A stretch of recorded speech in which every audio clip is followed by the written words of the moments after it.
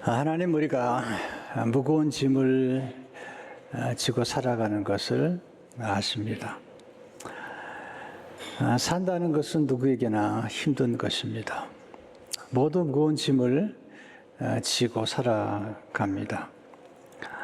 야곱이 바로를 만났을 때 그 인생에 대한 고백이 참 공감이 가는 고백이죠. 창세기 47장 9절을 보게 되면 야곱이 바로에게 아뢰되 내 나그네 길에 세월이 130년이나 내 나이가 얼마 못되니 우리 조상의 나그네 길에 연조에 미치지 못하나 험악한 세월을 보내었나이다. 네, 험악한 세월, 이게 야곱의 고백이고요.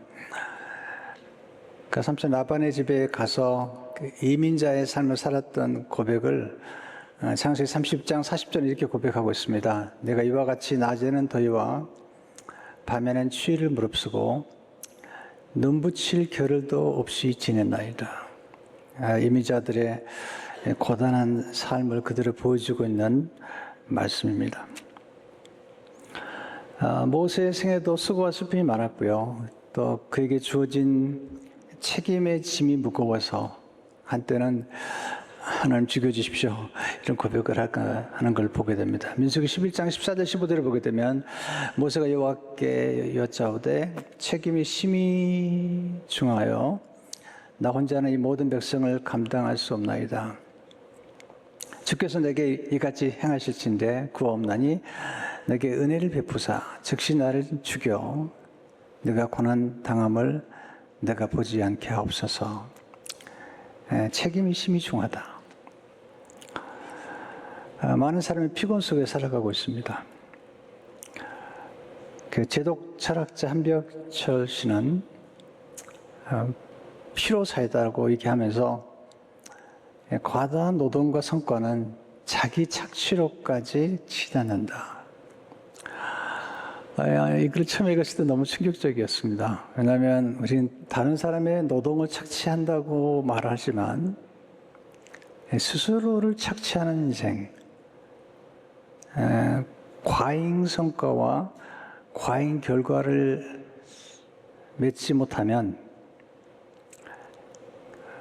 때로 직장에서 버림받을 수도 있는 거잖아요. 때로는 남이 얘기하지 않아도 스스로가 자기 자신을 착취하면서 과잉 성과를 내려고 몸부림치는 것을 보게 됩니다. 예수는 우리가 무거운 짐을 지고 사는 것을 아십니다. 그래서 무거운 짐진 자들에게 안식을 주기 원하십니다. 오늘 28절에 보시면 수고하고 무거운 짐진 자들아 다 내게로 오라. 내가 너희를 쉬게 하리라. 안식. 계속 일만 하다가 죽는 건 슬픈 일이고요. 하나님 우리에게 안식을 알고 안식을 누리도록 또 권면하고 계십니다. 안식이란 뭘까요? 진짜 안식이란 하나님 우리를 위해 정하신 삶의 리듬입니다. 리듬. 하나님은 안식이 필요 없는 분이세요. 그래도 안식하셨죠. 창세기 2장 1절을 보게 되면 하나님 그 하시던 일을 일곱째 날에 마치시니 그 하시던 모든 일을 그치고 일곱째 날에 안식하시니라. 히브리어로 안식은 사밧, 즉 멈추다, 쉬다라는 뜻이죠.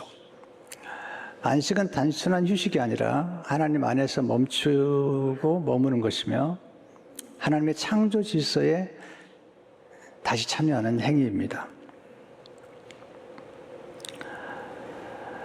안식이란 하던 일을 멈추는 것입니다. 안식은 그침이라고 말씀하고 있죠. 창세기 1절을 보게 되면 그 하시던 모든 일을 그치고, 그침은 멈춤입니다. 안식은 잠시 멈추어 쉬는 것입니다. 잠시 멈출 때 쉴 수 있습니다. 잠시 멈추면 돌아보기 위함입니다. 하나님의 창조 일을 마치시고 돌아보시면서 아주 기뻐하셨어요. 창세기 1장 3절 4절에 보면 하나님 이르시되 빛이 있으라 하시니 빛이 있었고 빛이 하나님 보시기에 좋았더라. 잠시 돌아보아서 경탄하시는 것, 이렇게 경탄이 필요하죠. 또한 잠시 멈춤을 통해서 누릴 수 있습니다. 이민자들의 삶을 보면 참 누림이 어려운데요. 성경에서 하나님 원하시는 것은 누리는 겁니다. 하나님 우리 자녀를 부르셨습니다. 종은 일만 하는 사람이죠. 종의 신분이 아니라 우리를 자녀의 신분으로 삼으셨어요. 종은 아버지 집에 거하지 못한다. 종으로 산다는 것은 누리지 않는 겁니다. 탕자가 돌아왔을 때 그 큰 아들이 아버지께 말하죠. 아버지가 명한 걸 내가 어기지 않았습니다. 그런데 살찐 송아리 한 마리 잡아주지 않았습니다. 아버지가 아들에게 하는 말이 넌 종으로 살았구나. 너는 누리지 않았구나. 왜 누리지 않았느냐. 종은 일하는 게 전부예요. 그러나 자녀는 일도 하지만 안식이 있습니다. 곧 누림이 있는 것입니다. 하나님이 우리를 부르신 정체성은 하나님의 자녀의 정체성입니다. 우리가 자녀들이 계속 일만 하는 건 옳지 않습니다. 누리는 걸 좋아하죠. 그냥 쉰다는 것은 누리는 것을 의미합니다. 하나님은 경탄하시는 하나님이십니다. 창세기 1장 30절의 마지막 부분을 보면 하나님이 지으신 모든 것을 보시기에 심히 좋았더라. 이렇게 경탄하려면 멈춰야 되고요. 그리고 좀 깊이 살펴봐야 되겠죠. 또 안식의 날에 복이 임합니다. 이 복이 굉장히 중요한데요. 하나님이 만드신 모든 피조물은 복을 받아야 됩니다. 복이란 하나님의 생명의 흐름을 의미합니다. 하나님의 복이 임할 때 풍성한 생명이 흘러넘치게 되면서 우리는 번성하게 되고 번영하게 되었습니다. 저주란 하나님의 복이 단절되는 것입니다. 공급이 단절되는 것이고 저주는 하나님의 풍성한 생명이 단절되고 하나님의 공급이 끊어지는 것입니다. 예수 모신 것은 우리에게 복을 주시면서 하나님과 우리를 연결시켜서 풍성한 생명을 누리게 하기 위한 것입니다. 요한복음 10장 10절에 보면 내가 온 것은 양으로 생명을 얻게 하고 더 풍성히 얻게 하려는 것이라. 하나님 복을 주시는 분이고 또 특별히 안식일에 복을 주시는 분입니다. 지금 우리는 안식일이 아닌 주일에 사실 안식을 하고 있습니다. 하여튼 하나님께서 하루를 정하셔서 복을 주시고 그 복을 받아서 나머지 날을 살게 하시는 겁니다. 구약에는 토요일 안식일을 지켜서 복을 받았지만 신약은 우리 주님께서 십자가에 죽으심으로 가장 우리에게 안식을 제공하지 못하게 만드는 죄의 문제를 해결해 주심으로 이제는 주일날, 그 주님의 날, 주님이 부활하신 날, 우리의 죄 문제를 완전히 해결하시고 우리에게 안식을 주신 주님의 날, 그 부활의 날에 우리는 안식을 하고 있습니다. 하나님 왜 안식의 날을 계명으로 정하셨을까요? 인간의 탐욕 때문입니다. 인간은 끝없는 탐욕을 가지고 끝없는 생산과 끝없는 축적을 하려고 하는 것이 인간의 가지고 있는 욕망인 것입니다. 그러나 아시겠지만 인간은 유한합니다. 하나님이 아니에요. 에너지 한계가 있습니다. 그래서 쉼이 필요하고 또 잠이 필요합니다. 안식의 계명은 하나님을 위한 게 아닙니다. 우리를 위한 것입니다. 모든 피조물은 리듬을 따라 살 때 가장 행복합니다. 그래서 밤에 잠을 자고 또 아침에 일어나서 일을 하고요. 또 사계절의 리듬이 있잖아요. 봄, 여름, 가을, 겨울. 겨울은 다 쉬잖아요. 우리 사람은 일을 하지만 나무도 쉬고 또 땅도 쉬게 되어 있습니다.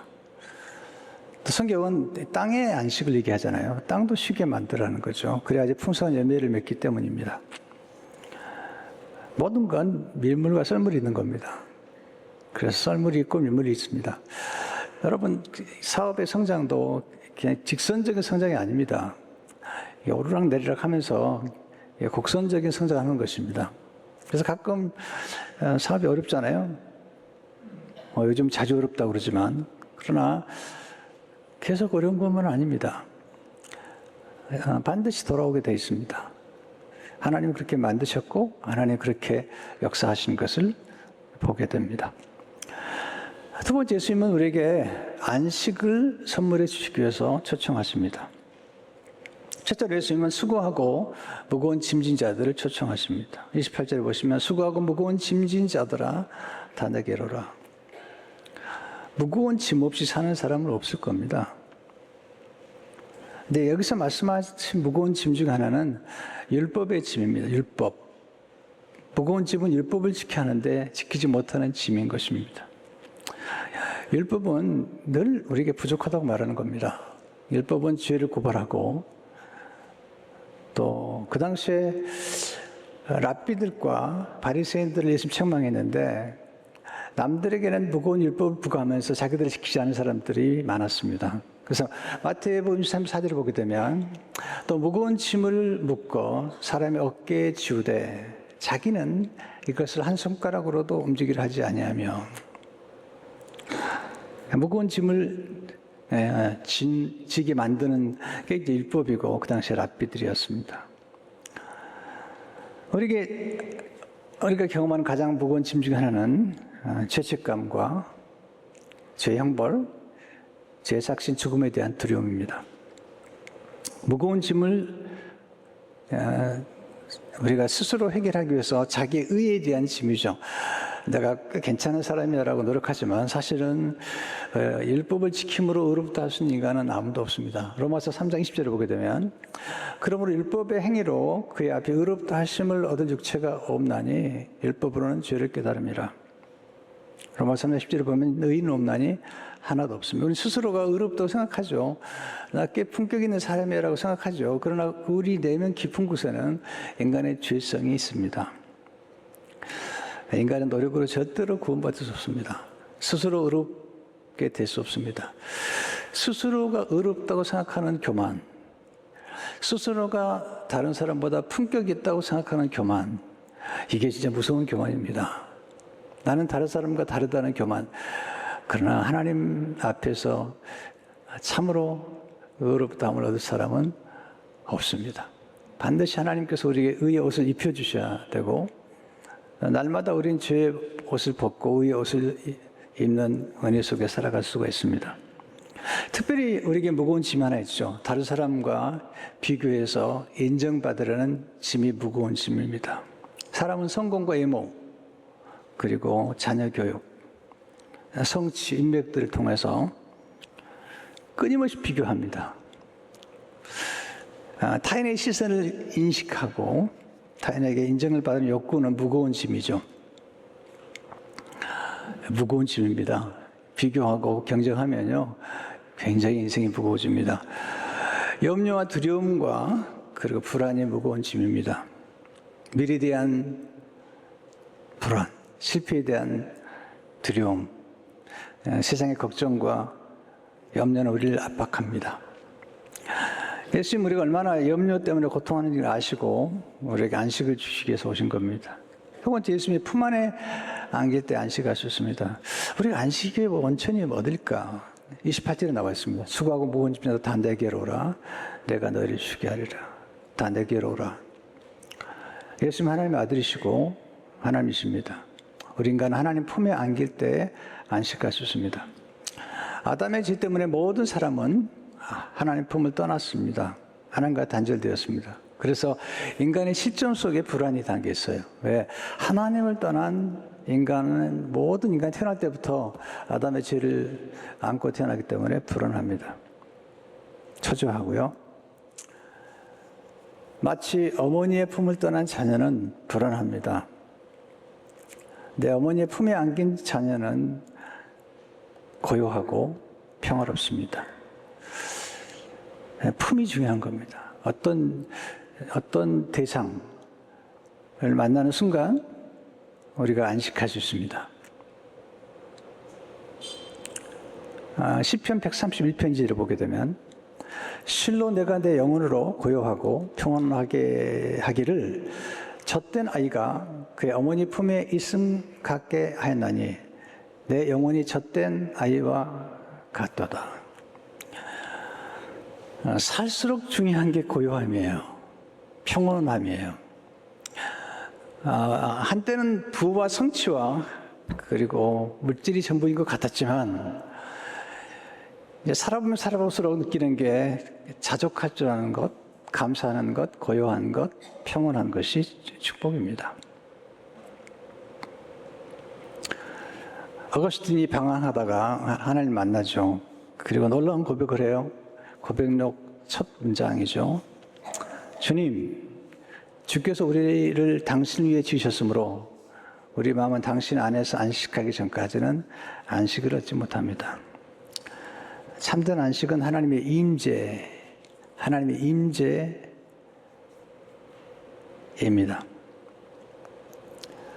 우리가 예배 가운데 가장 큰 축복은요, 여기서 하나님 임재를 경험한 찬양 중에 또 말씀을 통해서 하나님을 생각하고 하나님의 임재를 경험하는 것입니다. 탕자가 아버지 품에 들어오죠. 그러니까 모든 걸 잃어버렸습니다. 그는 욕망에 휘둘려서 아버지 품을 떠났습니다.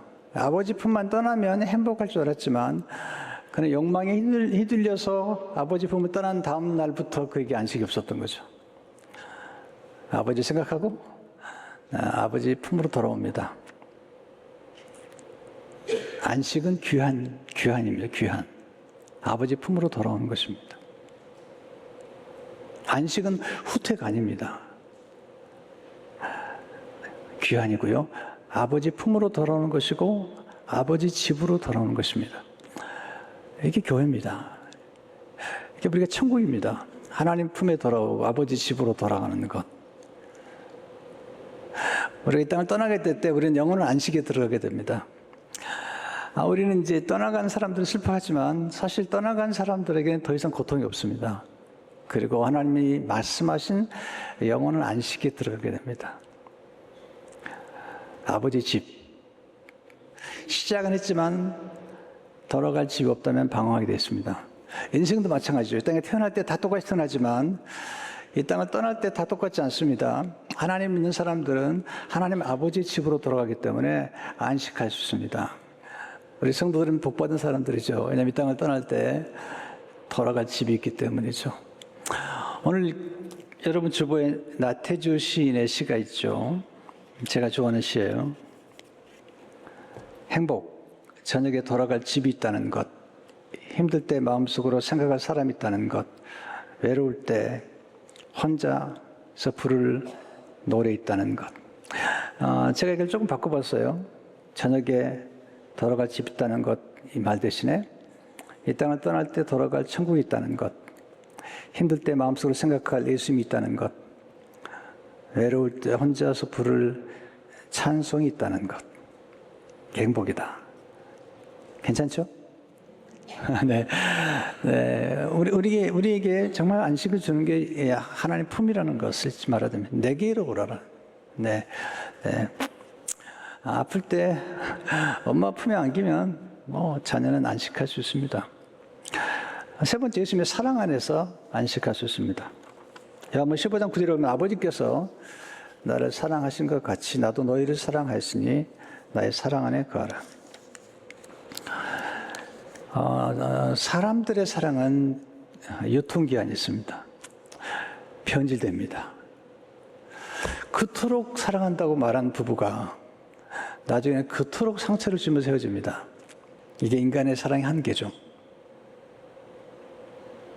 하나님의 사랑은 그렇지 않아요. 우리를 절대로 정죄하지 않습니다. 예수 그리스도 안에 있는 자에게는 결코 정죄하지 않습니다. 하나님은 우리를 비웃지 않습니다. 사랑은 비웃지 않는 것입니다. 사랑은 고치려고 노력하는 게 아닙니다. 있는 그대로 사랑하는 것입니다. 그렇게 사랑함으로써 스스로 성장하도록 도와주는 것입니다. 오늘 아침에 읽은 문장입니다. 아침에 읽은 문장입니다. 성숙은 고칠 수 없는 것을 축복할 줄 아는 것이다. 성숙한 사람은 고치려고만 하지 않습니다.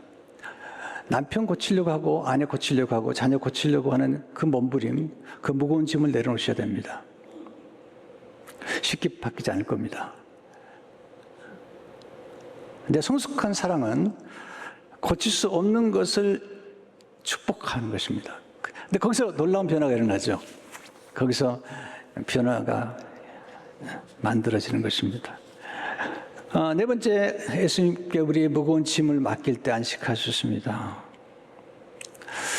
너무 좋은 것 같아요. 무거운 짐진 자들아 내게로 오라. 가장 무거운 짐은 죄짐이죠. 시편 38편 4절을 보게 되면 내 죄악이 내 머리에 넘쳐서 무거운 짐 같으니 내가 감당할 수 없나이다. 내 무거운 짐이 죄악의 짐이죠.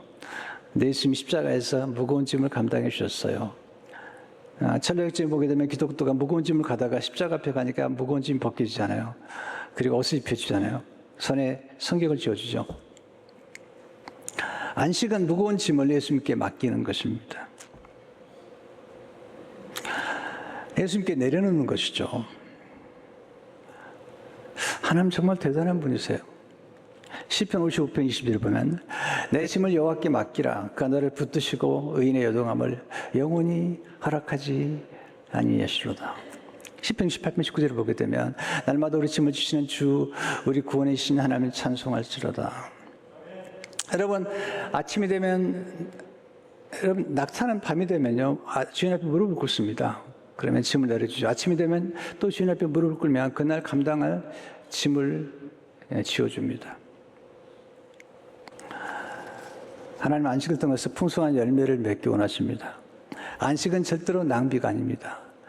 안식은 사치도 아닙니다. 안식은 하나님께서 명하신 명령이고 순종해야 될 것이며 보상도 아니에요. 책임이에요, 책임. 왜냐하면 안식하지 않으면 열매를 맺을 수 없기 때문이죠. 자, 한번 15장 5절을 보시면 나는 포도나무 너희는 가지라. 내 안에 내가 그 안에 거하면 사람이 열매를 많이 맺나니 나를 떠나서 너희가 아무것도 할 수 없습니다. 예수님 안에 거할 때 열매를 맺게 되어 있습니다. 자, 안식은 하나님의 능력과 사랑을 공급받는 것이죠. 재충전하는 시간입니다. 하나님과 친밀한 교제를 나누는 중에 하나님의 능력과 성령님의 기름 부으심과 하나님의 사랑을 공급받는 시간입니다. 우리가 잠시 멈춰서 자신을 돌아보고 멈추지 않으면 받을 수 없어요. 들을 수 없어요. 자기를 깨달을 수 없는 거죠.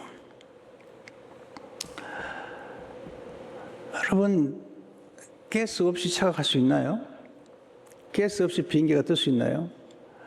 인간이 공급받지 않고 살아갈 수 있나요? 먹는 것, 마시는 것, 그리고 정서적으로 사랑받는 것, 다 필요한 것입니다. 사막을 건너는 사람들이요, 오아시스를 만나면 반드시 쉬라는 거예요. 왜냐하면 잘 쉴수록 멀리 갈 수 있기 때문이에요.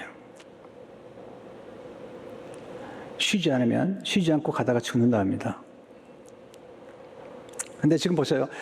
뭐 연예인들 또는 어떤 지도자들, 심지어 목회자들까지라도 탈진이 오게 되면 탈선하게 됩니다. 왜 탈선하죠? 네, 지나친 인기에 집착하다가 과잉 생산하다가 자기를 착취하는 중에 그 스트레스를 견디지 못하기 때문에 수많은 연예인들이, 수많은 예술가가, 수많은 지도자들이 무참하게 무너져 버립니다. 탈진은 위험한 것입니다.